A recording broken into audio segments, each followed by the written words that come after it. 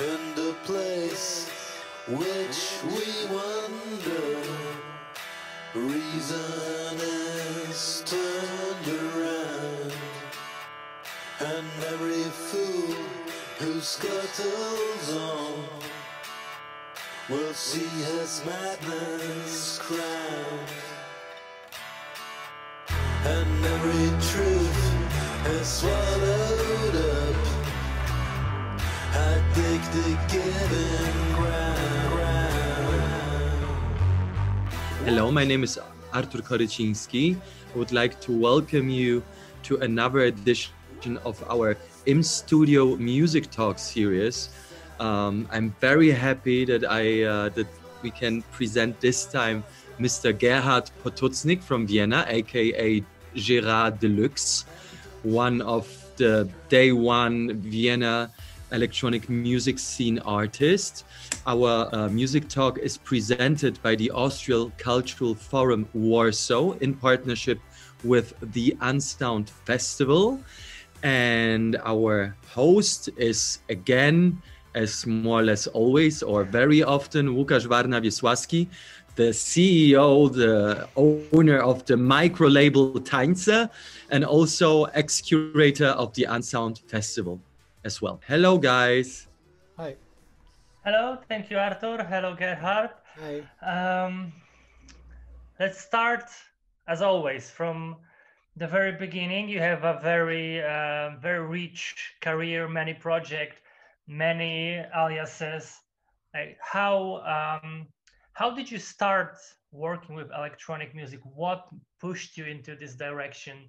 What was this one record or one show movement? How did you end up here with us today? Quite easy, because I started playing guitar and always wanted to be in a band, something like this, but I never found the right people. So I had to do it on my own somehow. And that's when I started to play around with 2 tape recorders and like ping pong record from one to the other and stuff like this. And I did awful independent music, which nobody ever listened to. But this is really the beginning, but that was cool, because that was for me, like I had to learn to produce this way somehow. And I remember after the tape deck thing, there were these 4-track cassette recorders where you could record on 4 different tracks on a cassette, and that's where I created my first songs somehow.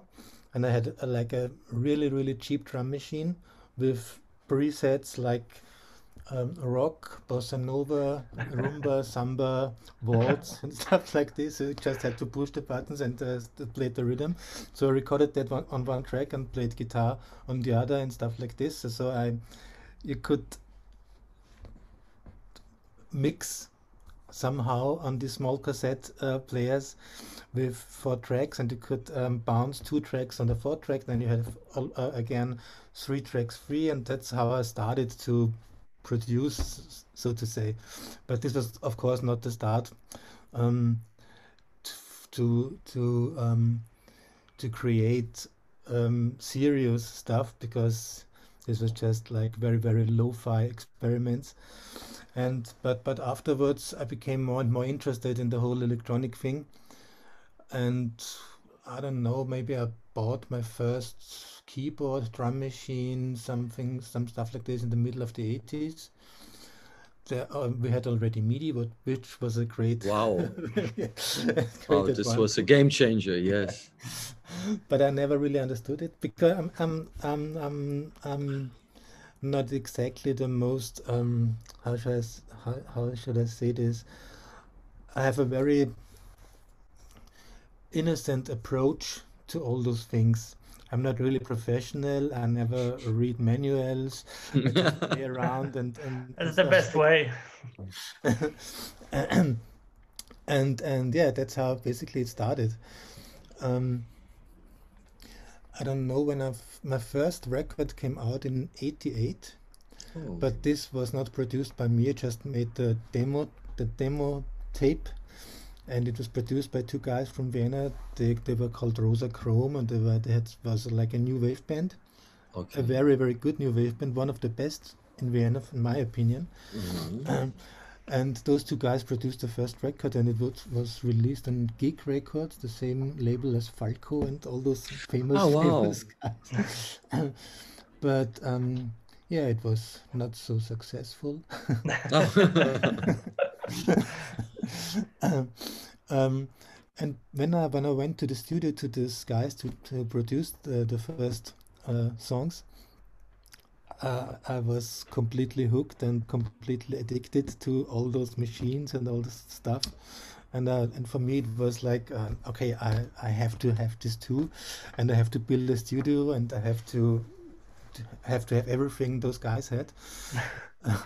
And yeah, and so I started to collect a little bit more of the electronic music instruments.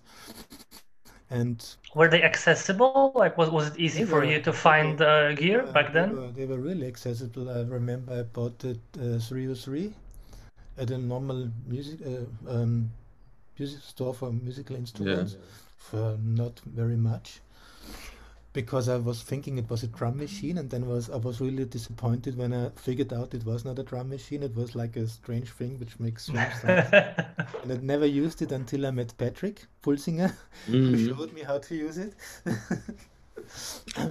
And yeah, all those things, all those old synthesizers, all those analog synthesizers, all those cult machines were really, really accessible at that time.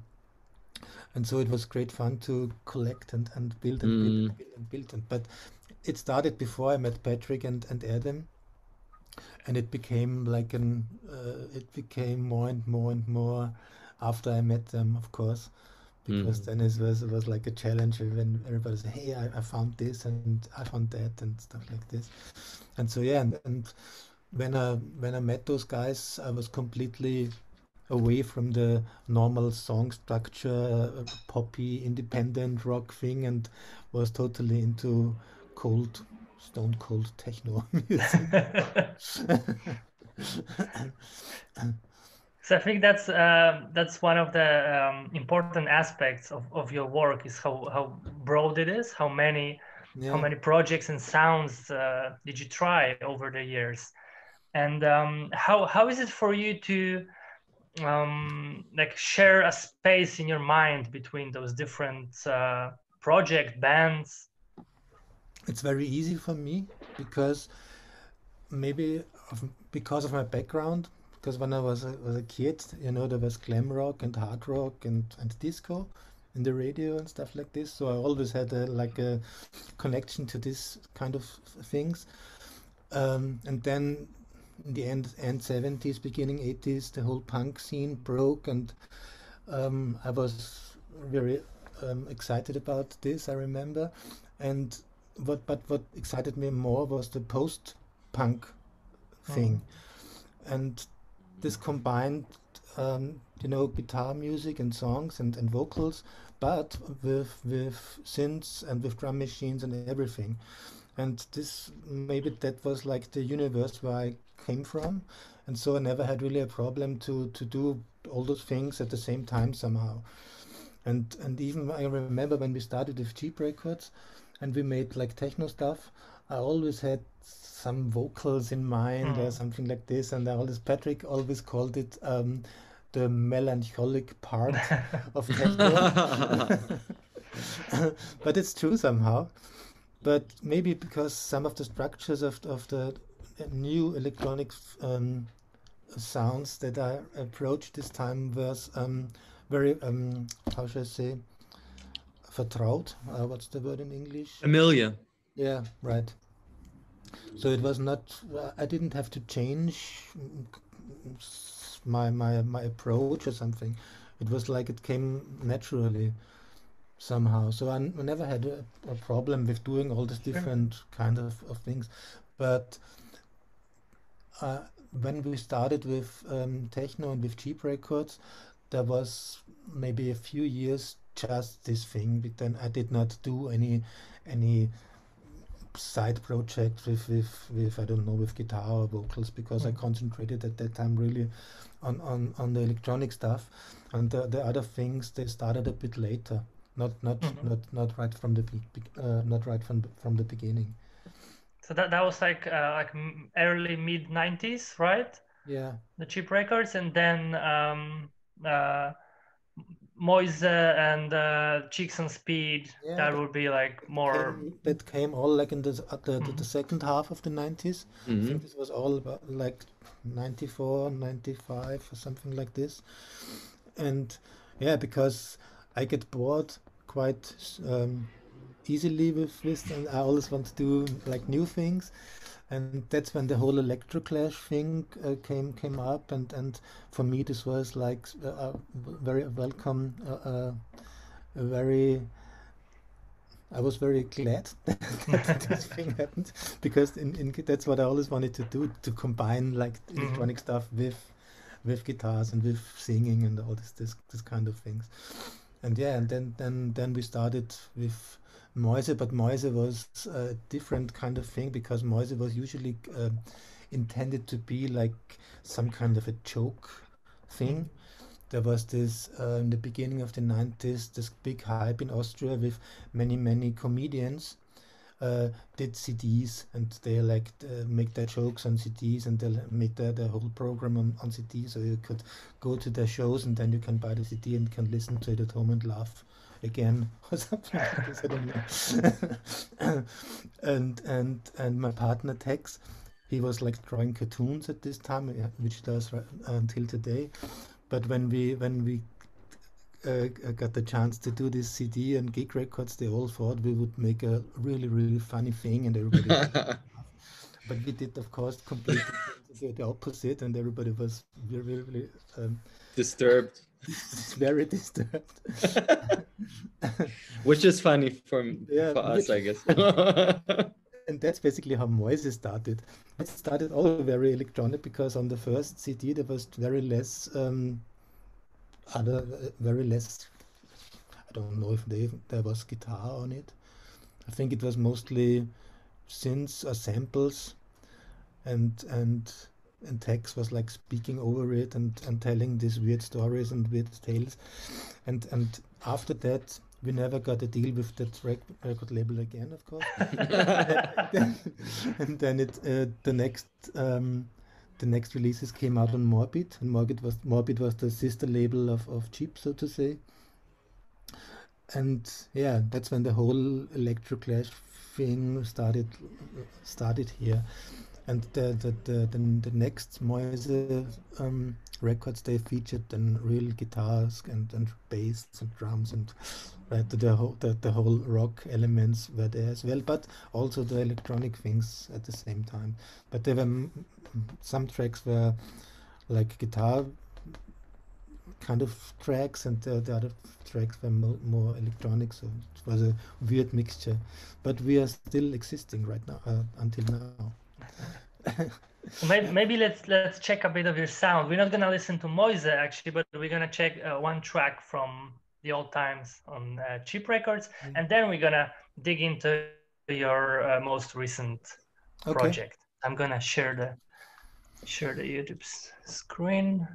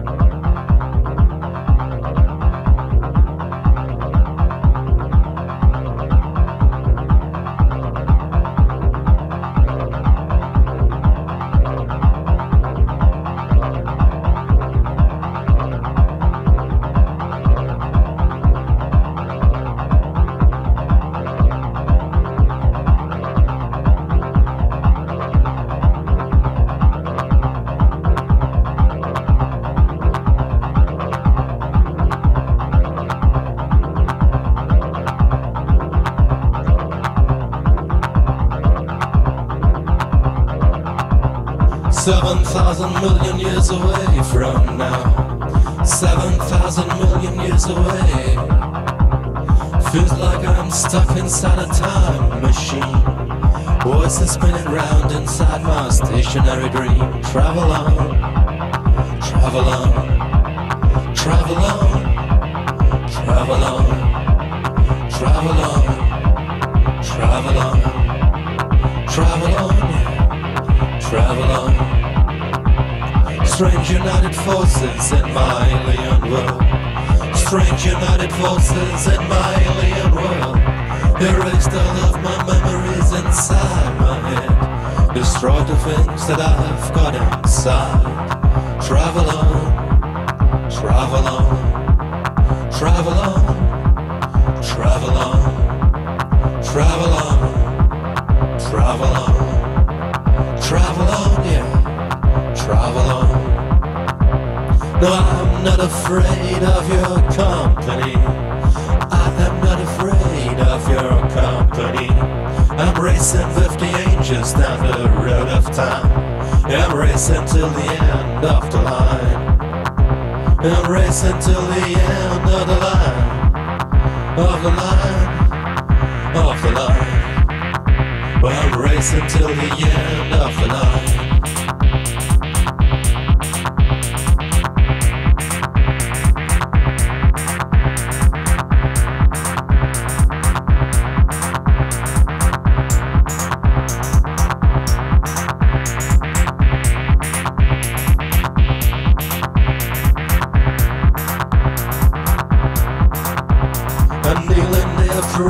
To a neon god, and I'm praying and I'm praying to the neon god.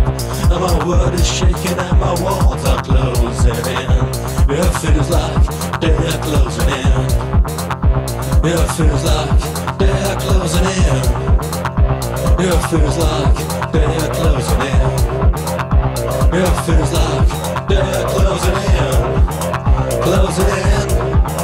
Closing in. Closing in, closing in, closing in, closing in, closing in, closing in.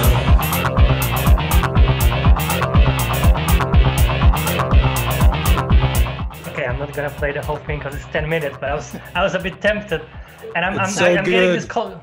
It's really good, and I'm getting this call back to our talk last month with Rosa Anschutz, who had a really 80s sound, and we talked about how the 80s are eternal, and now I'm thinking like the 90s are also eternal, because I can imagine this being like today, and everything in time is just like stretched, like everything's happening.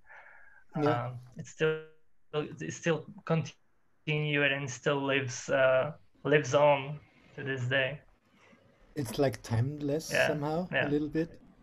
It's cool. I mean, I like to make timeless music, even if it's like it's a mixture of many things. There's this very simple riff, which is basically, I think, it's just one line of a I'm not sure if it was a 3/3 or 2/2, but it was just the beats and this one line which was split up in different channels with different effects.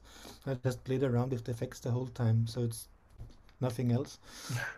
And then of course the vocals are like a mixture of Johnny Cash and Ian Curtis. Yes, exactly. But it came really natural. But yeah,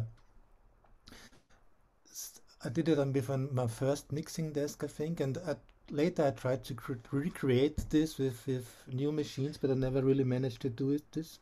It was like a magic moment somehow when I recorded this, like in one take on that machine with yeah.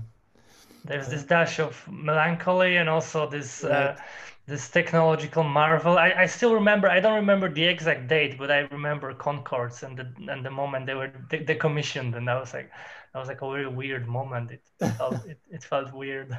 Yeah, the Concorde was like a tribute to the prog rock bands and prog rock stuff from the 70s, where every band like did this concept albums, you know, with like a long story, which stretches on two sides sometimes of the LP, and yeah, that was my tribute to to Genesis and King Crimson and stuff like that.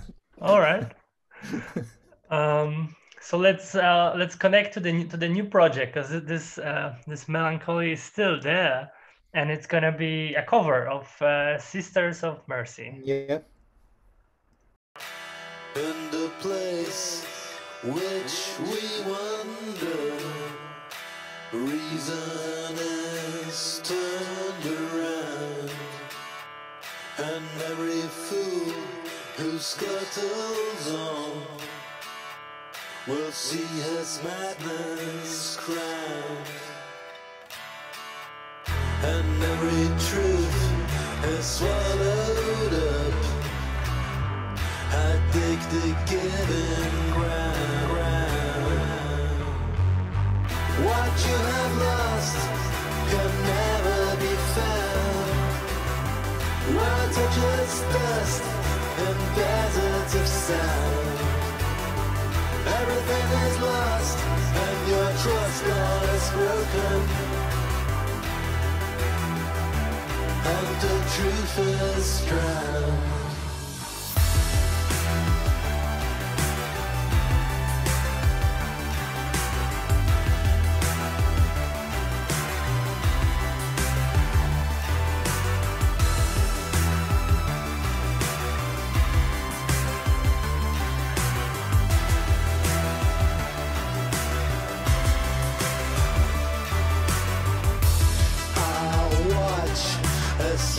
Surrender to silence living scream,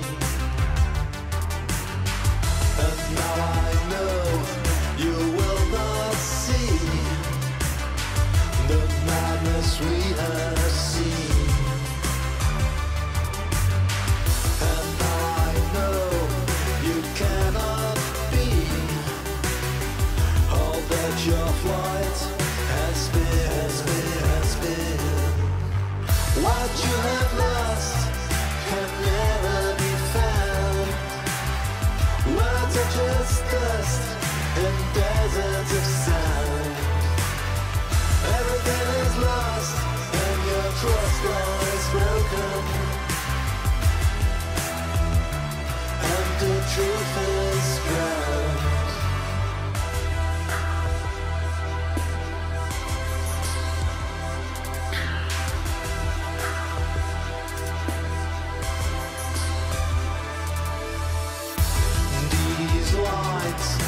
Driven straight through the circles of your hate, because I know you cannot be all that your flight has been. What you have lost can never be found. Words are just dust in deserts of sound. Everything is lost and the truth is drowned. Everything is lost in the giving ground.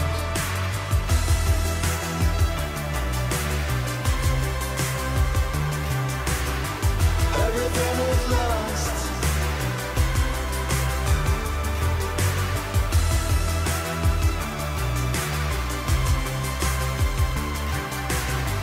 Everything is lost in the giving ground.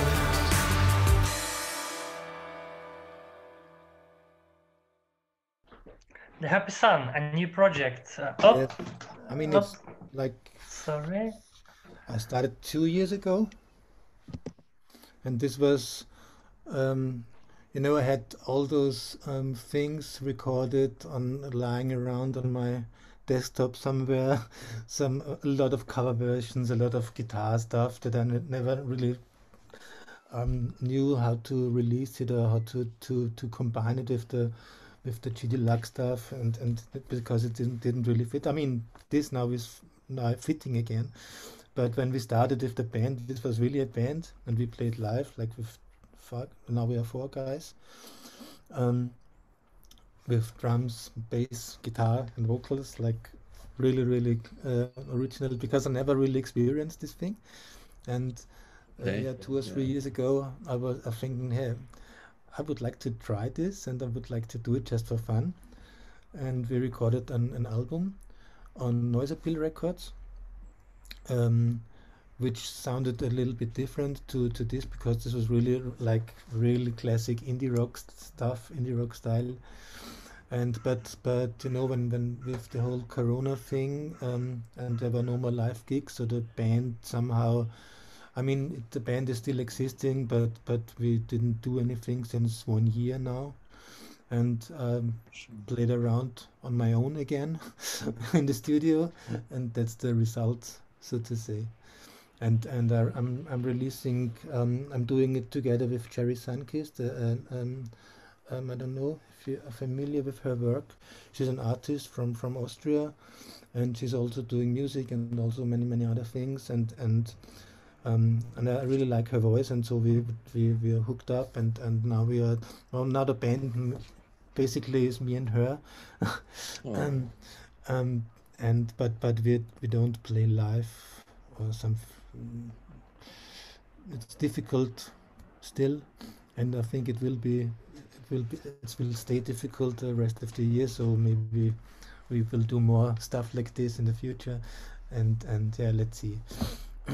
Yeah, but I was just interested in playing with a band, because with Moise, the other band, it's also a band with real instruments.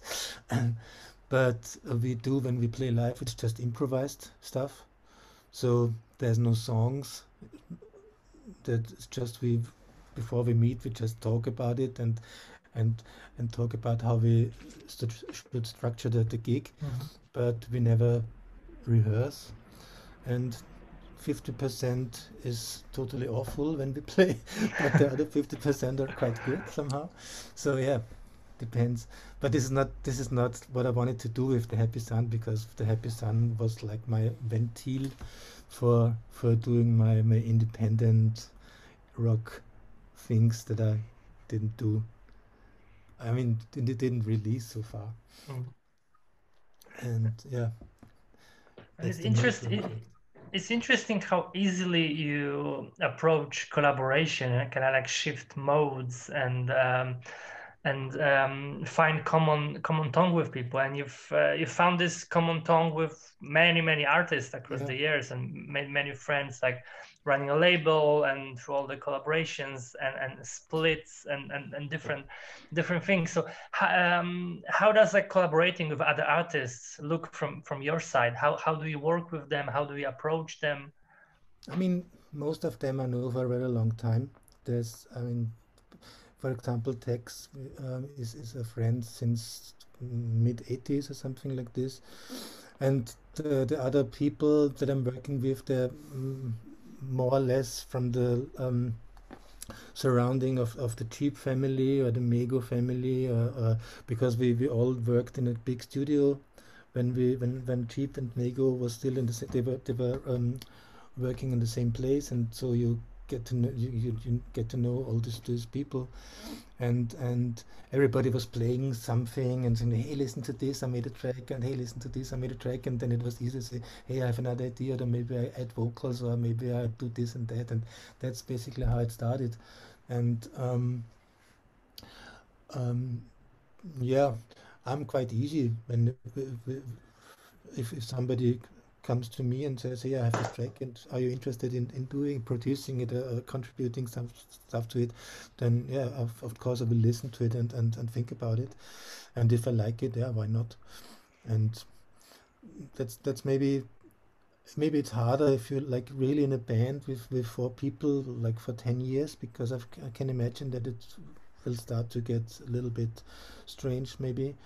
But if you're working alone in the studio, and it's very nice to have somebody here and to work with some people together, because still now when I do music, it's like 80% I'm doing alone, in the studio, and not with many people around. When for example, I'm preparing some tracks and I play it to her, and if she said, yeah, I like it, then I send her the stems or the files, and she puts vocals on it and sends it back, and then I mix it, and that's basically how it's working. It's not that I'm doing that we are together like in the studio for ages or something. It's more this way around, which is very comfortable, and yeah.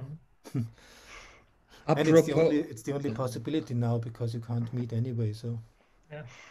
That's true.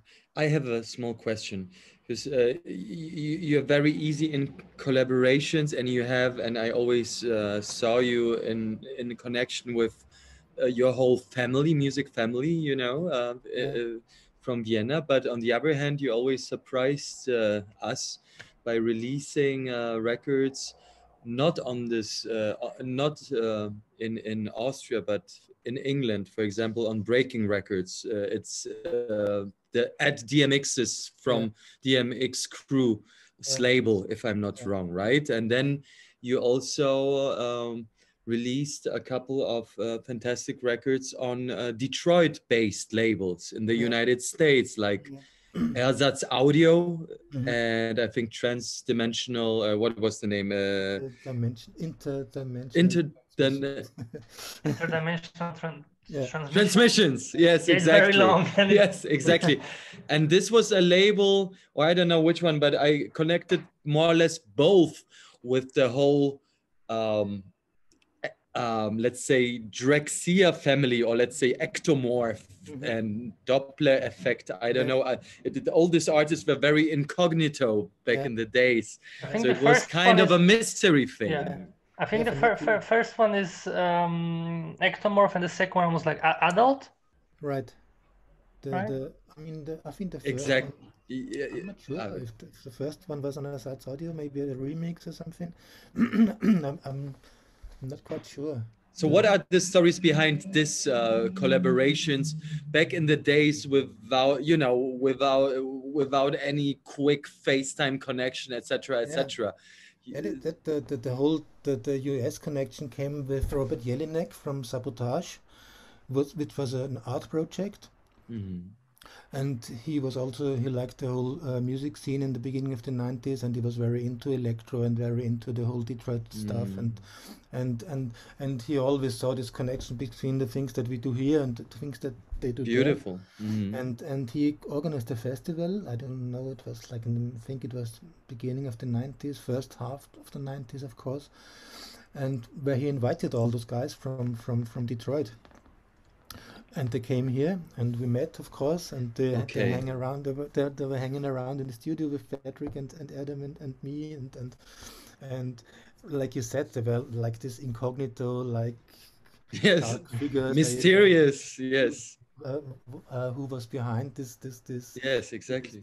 These projects, and when we met them, they were like, hey, they're just normal guys like us. And we got along quite easily, and that's basically how it started. And then you begin to talk about your influences and blah blah blah, and then you realize, hey, yeah, that's the same approach that we have, and we found out that it was really many things we had many things in common, and yeah, of course, and then they had this cool labels like Interdimensional and Ersatz Audio, which was for everyone's dream to release there. And I think Patrick already had stuff released on Interdimensional. I'm not sure how about the history now, but yeah, I played Brandon from Ectomorph. When I played him the first tracks, he was like, "Yeah, wow, man, that's totally cool, and let's do this." And yeah, and that's how the interdimensional connection started, and the same with Adult, because it was we were quite it was more we had more things in common. I had more things in common with Adult because they were totally into new wave and punk and all Yeah, this sure. kind of stuff. And so that was an easy one. And it started with remixes, and then I think I did a remix of some Likar stuff when like before Adult.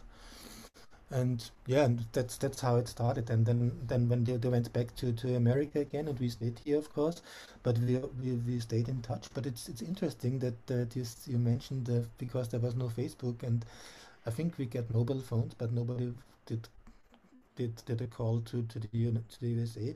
We had email. Fax machines for sure. Yeah, fax machines. I never operated. I think Patrick and Adam, they were really the kings. The fax kings. Fax machine. And I know had this like vision. Did you ever send like a drum pattern via fax machine? I didn't. But it would be interesting. Yeah. Yeah, that's how the Detroit connection like started. And the breaking connection came via Chicks on Speed. Okay. Because I think it was in Munich when DMX Crew was playing there, and Cheap Records were played at the same night or something like this. And or maybe it was this like one of these Seppi bar things where Chicks on Speed also played in the beginning, and we all like got to know each other. And yeah, then I met Ed DMX, like Ed Upton, and great guy and a really nice guy, and again like the same musical background, and he did at that time like a metal version from a few Chicks on Speed songs. It was called something with metal, and I can't remember now. And Moise did also a track there, and I did some stuff there, and that's so we were all on the same record somehow. And I knew that Ed was a big fan of New Order and all these 80s things, and me too, and I had already some songs that were exactly that. It sounds like unreleased New Order stuff, which you released on Breaking Records, and it's completely timeless. It's shocking. Yeah. It sounds like lost sessions. Yeah, no, I know. Some people say that, and some people at that time, they also, when I did interviews, they say, it sounds better than New Order. Yes. That's exactly when you have your fantasy of more kind of Blue Monday-ish, tunes. Yeah. You get exactly Right. this 1000% of the essence of some stuff you would expect from them. Yeah, they were a huge influence on me, because what I liked, I was a Joy Division fan before, but what I really loved about New Order was the combination of the like cold machine sound with the sequences and drum machines, but this melancholic vocals at the same time. And so maybe that's really where I come from. Yeah, and so the breaking connection started, and I had the chance to release some stuff there, which was really cool, and yeah, a dream came true, so to say. Timeless music. Nice. So maybe let's go back to today and contemporary times, because you have introduced a computer into your setup, and we should probably take a look at Logic and see. Yeah, let's see. Would you like to share something with us? Let's see what's there. Let's see what we can learn. I tried to share the screen. Yeah, I don't think you will learn very much. There's always something in everyone's approach. Do you see the screen now? Yes. Yes. Okay. So yeah, this was this is a track I started really a few years ago, but never really did something with it, and now I'm put it out of the bags down there again, and this will be maybe the next thing, the next Happy Sun release. Mhm.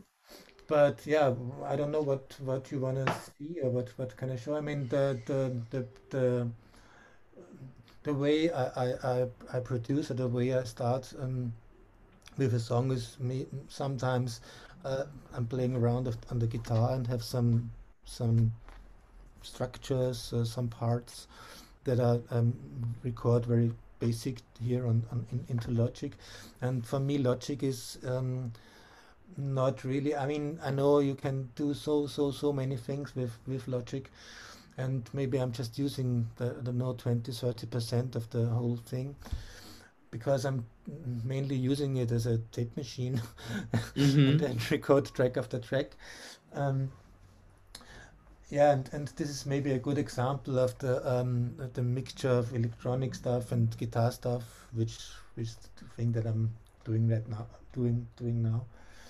So yeah, shall I play the whole thing or shall I play some tracks or what do you want to know?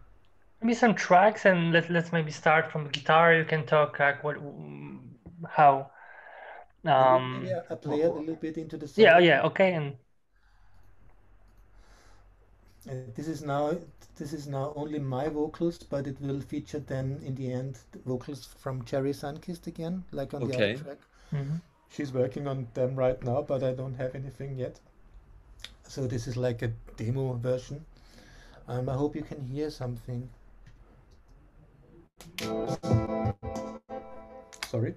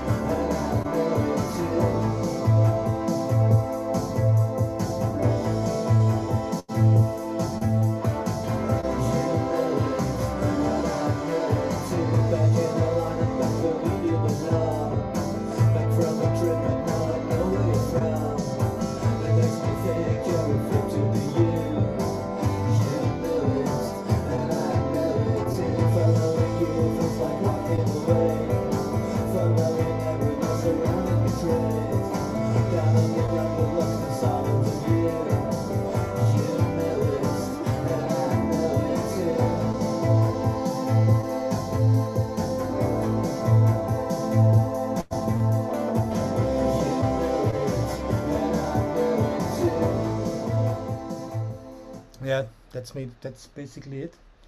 And this Ilya is commenting that the song reminds them of Kino. Of Kino? Yeah, and Artur, our Artur is that it also reminds him like a Polish new wave from the 80s. I have a total deja vu.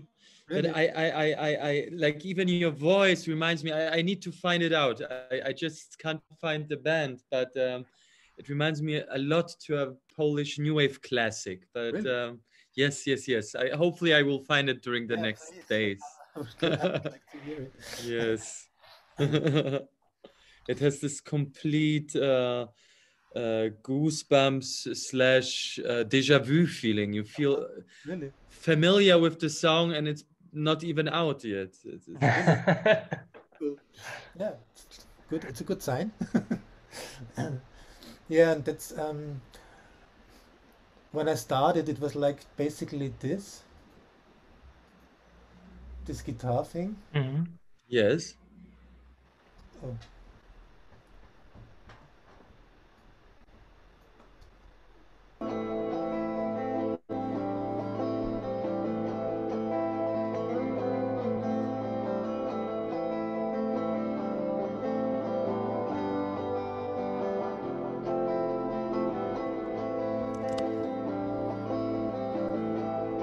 this was the start of the whole thing, and then I played bass guitar, and had a preset drum machine running along, and then I exchanged these things, and so I put away the bass guitar and put on an electronic bass, and it plays the same notes that I played on the guitar.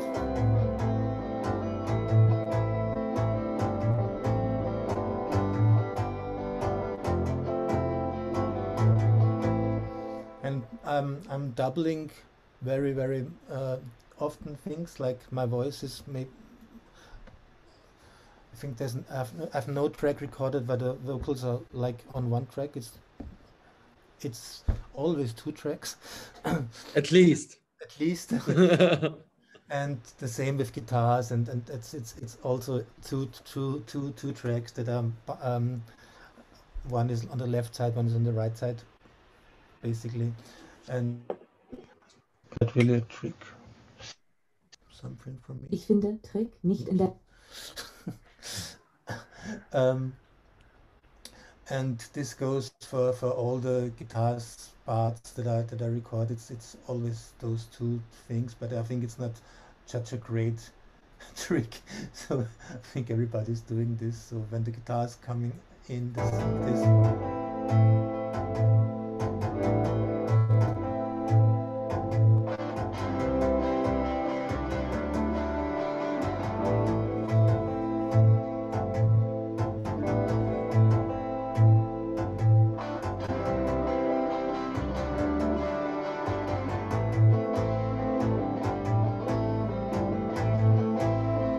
So it's more or less a guitar track, but with the bass, with the electronic bass, it becomes more electronic, and then of course with the beats, it takes away the guitar feeling more and more.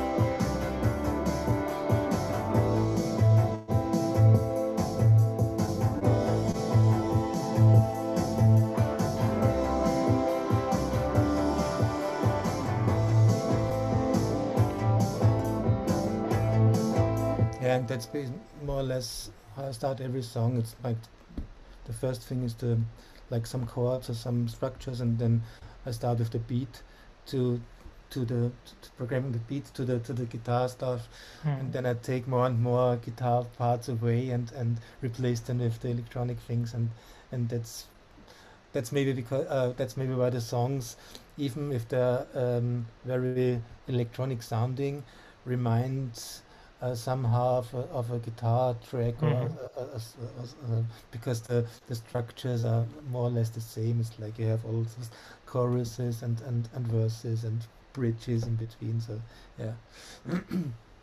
So do you have maybe any, for example, filters you like to use for the drums, or any favorite small stuff which a few months ago I bought this plugin license, which has a lot of plugins and really cool plugins, and before I bought it I never used many effects on it, except for a little bit of reverb and stuff. Okay. Since I bought it, there are tons of compressors and stuff like this on the drums, but it's all, again, like basic things I can show you.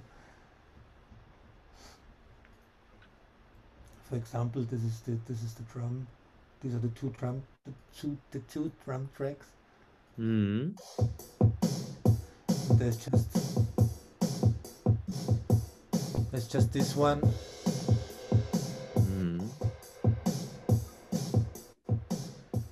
Which is like some kind of mastering compressor, and I'm really using a lot of presets, and then I tweak around and play around with the presets a little bit until I get the sound that I like, and that's here the same,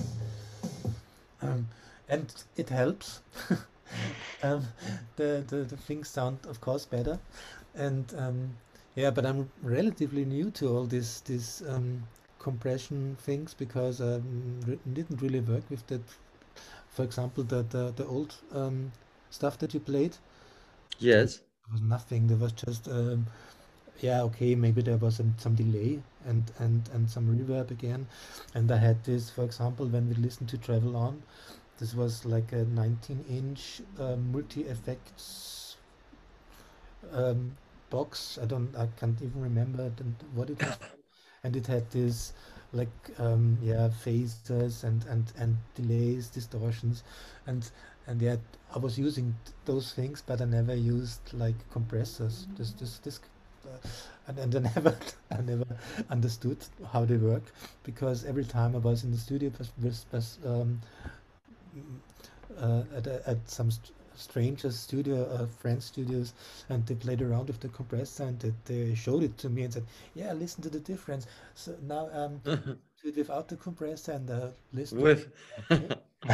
Oh, with compressor. And I never I never could tell such a big difference, but now I can, so I'm learning. people are obsessed with it, but maybe one of the reasons why your sound, especially, you know, the mid 90s records, or, you know, your catalog is so timeless, maybe because of the reason that you didn't use back in the days some Maybe. of the compressors, because they might be very specific for that time period, Mhm. and wouldn't allow you to, you know, and wouldn't create this timeless vibe. Yeah, maybe. The less, you know, the more we use very contemporary gear, especially the whole compression in modern music, and all the, you know, Spotify, Cloud Hop, whatever stuff. It sounds, it's so connected to a very tiny period, and you can really tell, okay, this Yeah, track was produced maximum 5 years ago, or this is so early 2000s, you know. And the moment where you abandon this type of stuff, it starts to be really hard to say from what time period it comes from. yeah, And I yeah. think Maybe it's great. that's the trick. Don't use compressors. No, I don't. That's such a good tip. Yeah, but maybe this the maybe it sounded so special, if you like, because we all were really inexperienced with like how to really produce and how to really master. I don't know if the tracks are really mastered, the old tracks, because when I started, nobody cared about mastering. You recorded this and that, and if you listen to it and it sounds cool, yeah, this was the master. There was no, I don't know, millions of compressors and limiters and stuff like this. It was just, yeah, maybe that's why they sound so fresh till today. I don't know. I think so, because it's hard to nail them to you know, to say that they're from this or that time period. Yeah, yeah, Because there's this lack of something which is specific for you know, for every decade or every 5 years. And yeah, And we had this chat with Zora like a few months ago, and she's like, "Oh, you don't need mastering; just make it sound cool." And there you go. That's yeah, it. That's your track. yeah. If I you know mean, how to engineer it and you're satisfied, then I think it depends a little bit on the style, because if you really produce pop music for radio, of course it will help if it's yeah. totally mastered. But if you like do, I don't know, just minimal stuff or experimental stuff, then I don't know if that necessary. And maybe it also kills a lot of the vibe, because I guess so. yeah, because I experienced this on my own. I mean, when I did my demos and I listened to them, for me that was how the track should sound like. Then it comes back from the mastering, and you're really excited, and yeah, now it sounds much better. And then you listen to it, and then you find it's not really better. It's like, Yeah. and then I got the impression that maybe my demo was better. But on the other hand, But that's true. That's true. My demos, the demos I did with my a friend of mine who's just listening to us. We did so many productions, and then our friends told us we had this 3-4 friends who we shared with the music in the demo version, and they loved it. And then we were so proud. We had the final result after mastering, and you know, after 2 years of work or something. And our friends told us, geez, this is not the first take was the best one. There was this innocence in it, you know. It was not so stiff, so overproduced, so overthought. Yeah. So yeah, it's very tricky. The innocence is really, really important, I think. But it's hard to keep the innocence like. I'm still trying.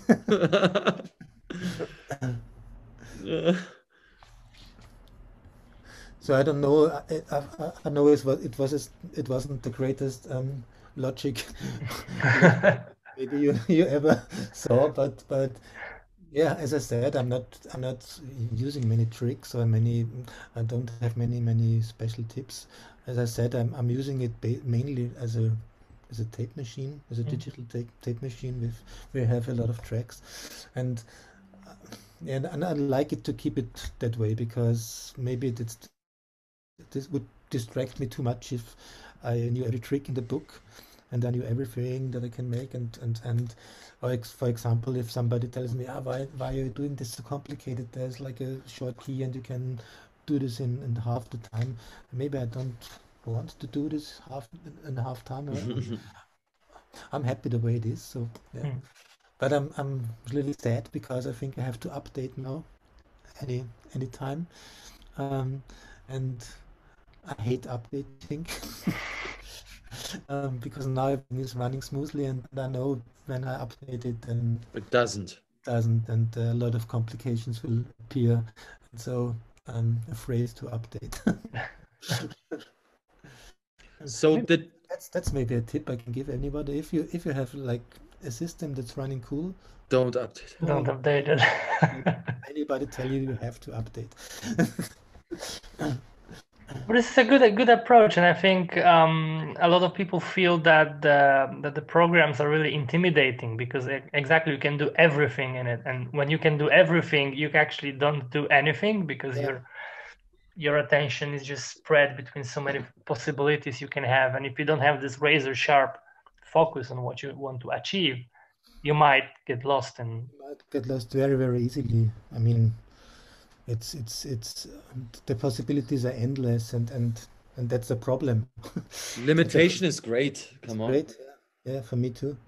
So that's what I liked about being in a band, where you have like drums, bass, and 2 guitars, and you have to try to create a sound, and that's fun. I liked it a lot. So, and then you are there you are very limited. Of course, you have like effects pedals, but they're not that. They don't make that difference, because it still sounds like a guitar, even if there's a chorus on it or a distortion. But it's cool. I like to write it that way. And I also like, you see there are not many tracks here on the Yes. Do you still see the screen? Yes. Yes, we see. Yes, you're sharing with us. Those are just everything under here is like vocals, and so it's basically 2 drum tracks, some synths, and a lot of guitars, but not too much. So that's the way I'm working. Keep it simple. Nice. So, correct me if I'm wrong, but the whole cheap back catalog will be for the first time digitally available. You're reissuing now, right? All this music will be available, because there was a it was really hard to get all these vinyl records, and it was not on the typical download or streaming sites, right? Mm-hmm. So do you know the date when the whole Potuznik catalog will enter Bandcamp and all the other? Some tracks already are online. Okay. But I'm not sure if it's the whole back catalog, but there are a lot of things right now online, and yeah, it's great that Patrick did this, because like you said, it was not so easy to have access to the old stuff, because the records are gone and sold out since ages. So it's difficult, and it was not on Spotify or any musical digital platform, and now it's available again, and I'm really happy about that. It's cool. Yes, so that's an information for our listeners. You can find them. You can find cheap records on Bandcamp, I think, and it's exclusively on Bandcamp. I think that's what Patrick told me. Maybe it starts with Bandcamp and it will go to other places. And that But Spotify playlist as well. okay, cool. So Yeah. I think this is a great chance to. I know everybody hates Spotify, but I'm loving it. somehow it's like a big music library. So It's a library, yes, and I hated it at the beginning, but I have to say I discovered so many amazing records from the 20th century because of it, and I wouldn't afford to buy all these records, and now I can really listen to them, and the archive is gigantic. Of course, it's a big discussion in regards of, you know, payments, etc., etc. The artist perspective. I think it's getting better. It's not getting more worse, but from the, you know, music lover point of view, you have the chance to really discover music you wouldn't be able, like even music from limited recordings from South America or Japan or Hong Kong. You can really listen to stuff I wouldn't expect to listen to on Spotify 5 years ago. I'm just listening to some amazing first Marvin Gaye session, tape recording sessions from Sexual Healing, and some concerts from Neil Young from 72 from the Shakespeare Theater, 4 hours. It's incredible. I wouldn't have never the chance to do this. And, you know, so these are the good things. The sad things are, I think, that people consume very quickly, and I don't know how many people like album formats. It's more like a playlist thing. that's true.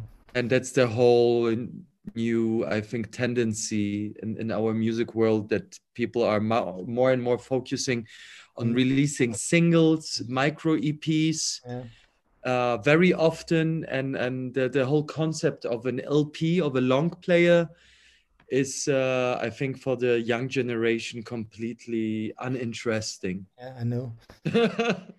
But with the Happy Sun, we also agreed with the label boss to now release just singles, just digital singles, because it's exciting. It's yeah.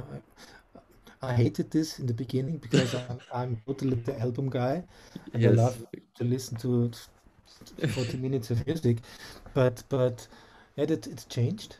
I have to admit, and when I do my own Spotify playlists of tracks or songs that I like,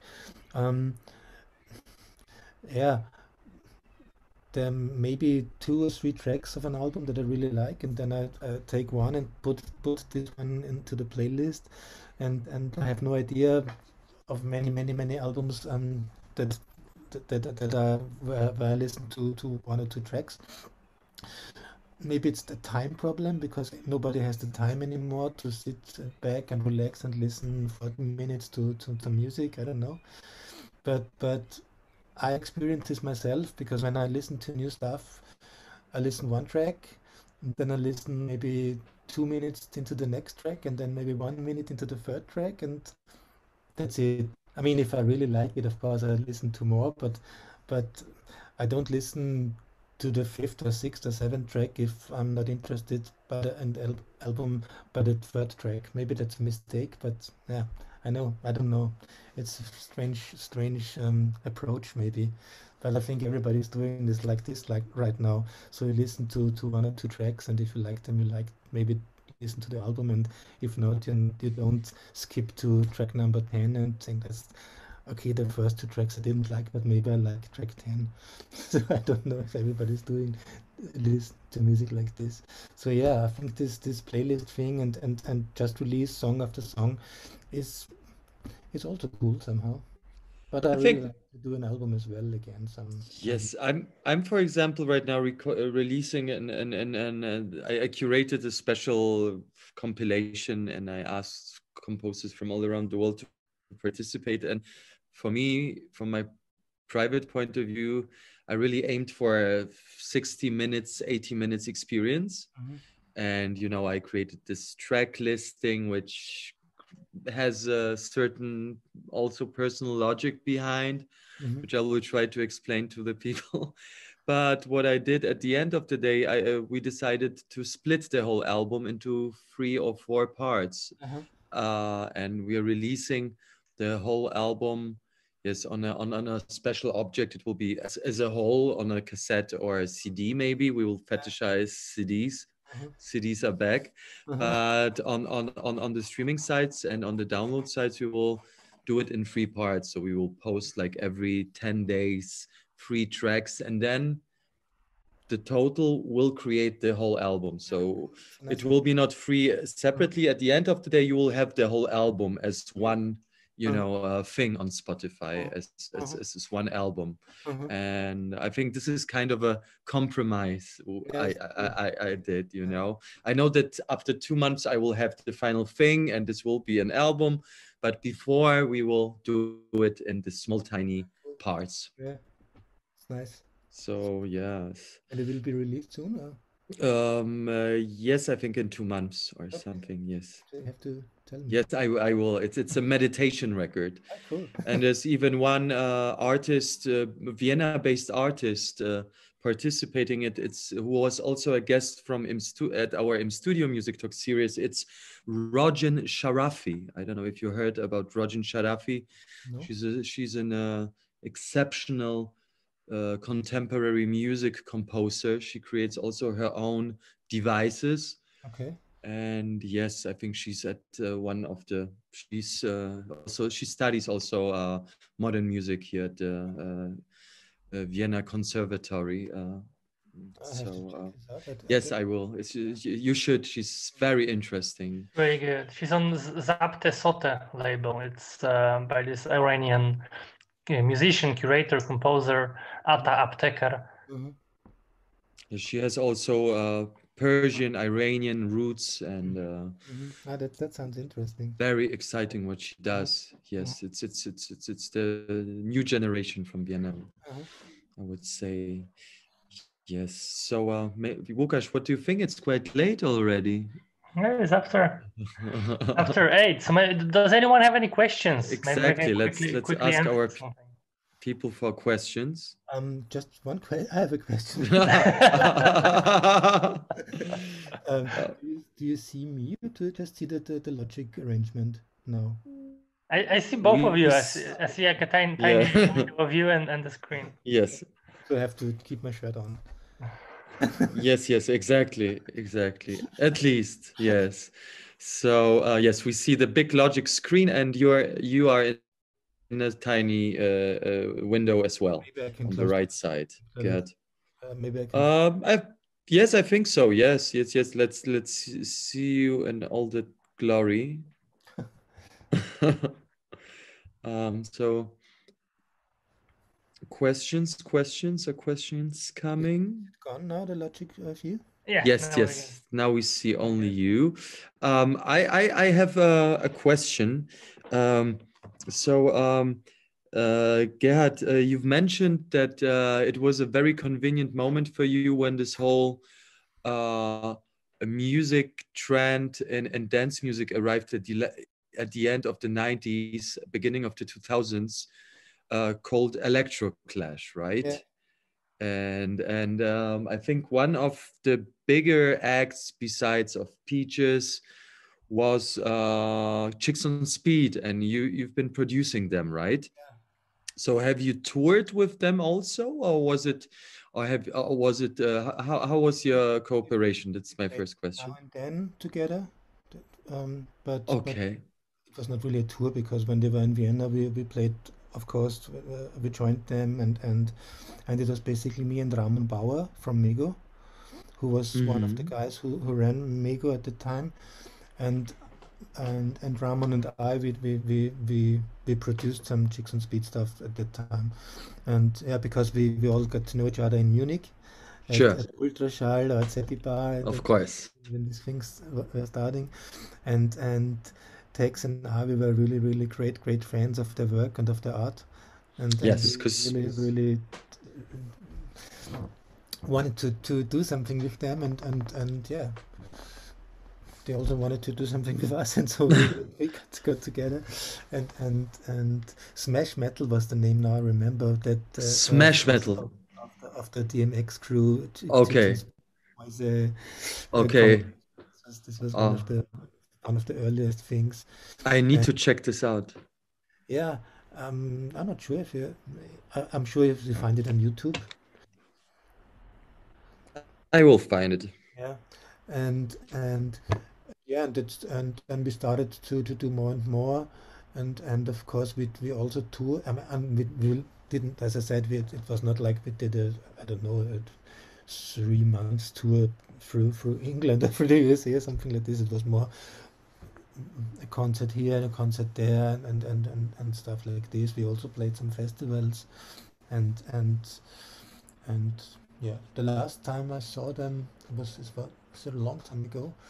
It was with Mark Stewart when he was living in Vienna for a short time, Mark Stewart was living in Vienna. Oh, interesting. and we recorded some stuff with Chicks and Mark Stewart at Patrick's studio, which was Oh, great fun. this sounds exciting. So, another question regarding this whole thing, because there was this genre called electroclash. I remember back in the days, you and DJ Helmut Geier, he really picked on it and used kind of this cheap entertainment imaginary in order to make it like really commercial. Like I remember that the same graphic designer was hired, and it was kind of the same, but in a more bold, Yeah, commercial way. The name Electroclash was invented. I think the British, of course, press picked on it, and it was invented by this guy from New York, Larry T, I think. really. This I was don't. the name of the guy. Yeah. Yes. And I'm just writing something about it. I'm writing a piece about this early 2000s, and then I witnessed personally. I knew Patrick back then, and I knew the sound, and I really liked it. But then a huge backlash arrived. There was so much high negative emotion when all these artists connected to the electroclash thing were not that hip anymore. And I just talked to a couple of friends, and some friends of mine they were never involved in it. They just watched it from like as music fans. They asked themselves the question, why was this so emotional? And I talked to Patrick about it also, and I asked him, and he said that lots of the people who were connected to this were not OGs, not legit, not real musicians. There was lots of, performance, lots of stuff like that. And I still really don't know why this backlash was that big. And question to you, do you think that the backlash was bigger than a regular backlash after a very short trend like this? Or was it, from your point of view, a classical, backlash, or like just the typical situation after something is really, hyped up and has to go down? Was it bigger than normal or not? For me, it's like this. Okay, standard. It was nothing. It's a trend, and trends come and go. So maybe that's the whole thing. But maybe Patrick is right, because it's split up in so many different like gray areas where you couldn't really figure out who is doing what, maybe, and yeah, I don't know. But as I said, for me, it's like it was a bit trendy at the time, and it came and it went again. Exactly. Yes. So, but I didn't experience that negativity you talked about before, but I kept on doing, if you like to call it like this, electroclash many years after it was not hip anymore. I think you've been before and you are after, but For me, it was there. hard to I don't know, to make something else, because it's somehow that's the whole thing we were talking about earlier, the background where I came from. Yes, exactly, the roots. Of course. Electroclash. So yeah, that's it maybe, and that's maybe why I'm still doing it today in a way. Even if I do guitar music or if I do experimental stuff or if I'm doing electronic music, somehow this electro clash things are always here. And for me, the electro clash definition is, yeah, it's just a mixture of electronic stuff and analog stuff like guitars and vocals. So that's for me basically electro clash. And so I have to say, yeah, I'm doing electro clash since I was born somehow. Yes, yes, yes, yes, yes, yes. I think new wave and new wave was for sure an important reference point. But when I think about projects like Fisher Spooner and all these projects which came directly from the art world, Yeah, I think maybe this was the problematic for some of the old-fashioned white music heterosexual guys in the studios who felt a little bit non-fair treated because they were doing all this work, and then this glamorous sexually non-binary humans arrived, and somehow I always connected it a little bit to the disco sax movement, and I somehow connected it with this. And I just recently listened also to an interview with the founders of the guys from the first generation of this New York label called the DFA, which is around LCD Sound System. And they started also somehow at the end of the 90s, beginning of the 2000s. And those two middle-aged white guys said that what was really important from them, or for their boss, the main guy from the band, the big band, was to be not connected in New York to electro clash. So it was so important for them. So suddenly I started to think, why are these emotions still so high? And these guys, it was just a recent interview, and they were still like really emotional about it. So it's strange. Yeah, maybe they're afraid to get like in this Schublade. What's the name? Schuflada. Drawer. Yeah, right. Maybe they because they wanted to do like something contemporary, and if they and if somebody says, yeah, I know them from like 10 years ago, and they're doing this was this electro clash act, maybe they're afraid that some people like turn away then because of maybe exactly. That's also a fair thought on this. So they don't want to be connected or associated with this in any way. I don't know. Yeah, but it's I understand. I understand what they mean, and I understand the way of working. But for me, it's not so important if somebody says, yeah, he's doing electro clash, or he's doing new wave, or he's doing techno, or whatever. So it's just names. It's just names at the end of the day. And we know well that names come and go, but certain sounds are still alive. And that's what we talked about it last time with Rosa, Łukasz, right? About the 80s, which are, it was such a short time period, but they're still with us. And every generation has a different perspective on some moments in history and is taking different small pieces. So what's fascinating is that when you listen to some people, for example, who are, older, or some people who are younger, everyone will pick something else from this, from a certain time period, and twist it its own way. And that's very exciting, I think, to have this authentic own signature, and you have it for sure. Cool to have it, of course.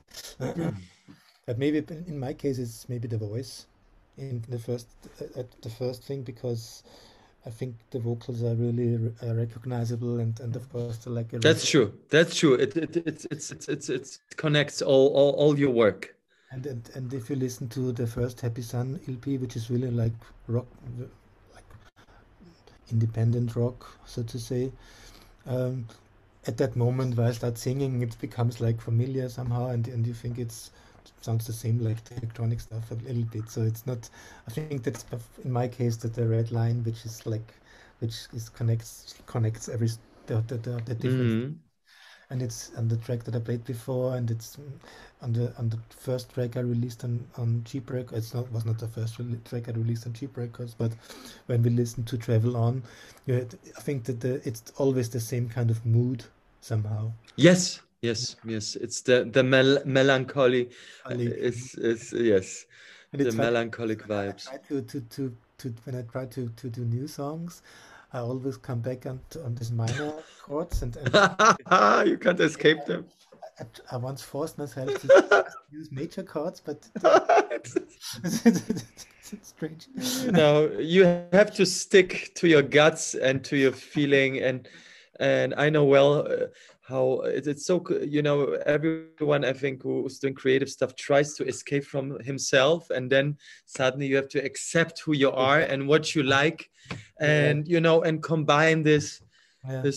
When you really fight against it, your art, everyone will feel also that your art is, you try to do something. I think you try to prove something to yourself much more than to the people who love your music or enjoy the stuff you do, because that's exactly why they want to listen to you and not to James Brown on that night,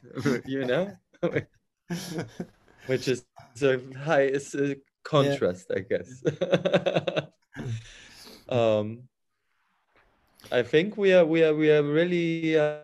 We're slowly running out of late. time. I think yes. So nearly okay. Yes. Yeah, but time flies. Łukasz, do you have anything? I don't have any questions left.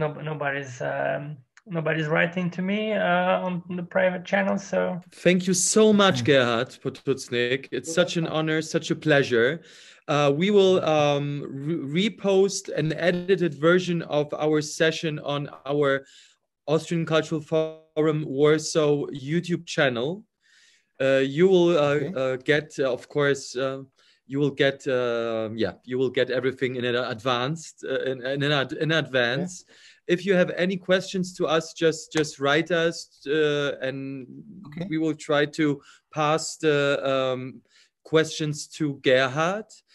And yes, Łukasz, thank you so much for hosting our music talk. Agata, thank you so much for the work in the background. My pleasure. Thank you so much.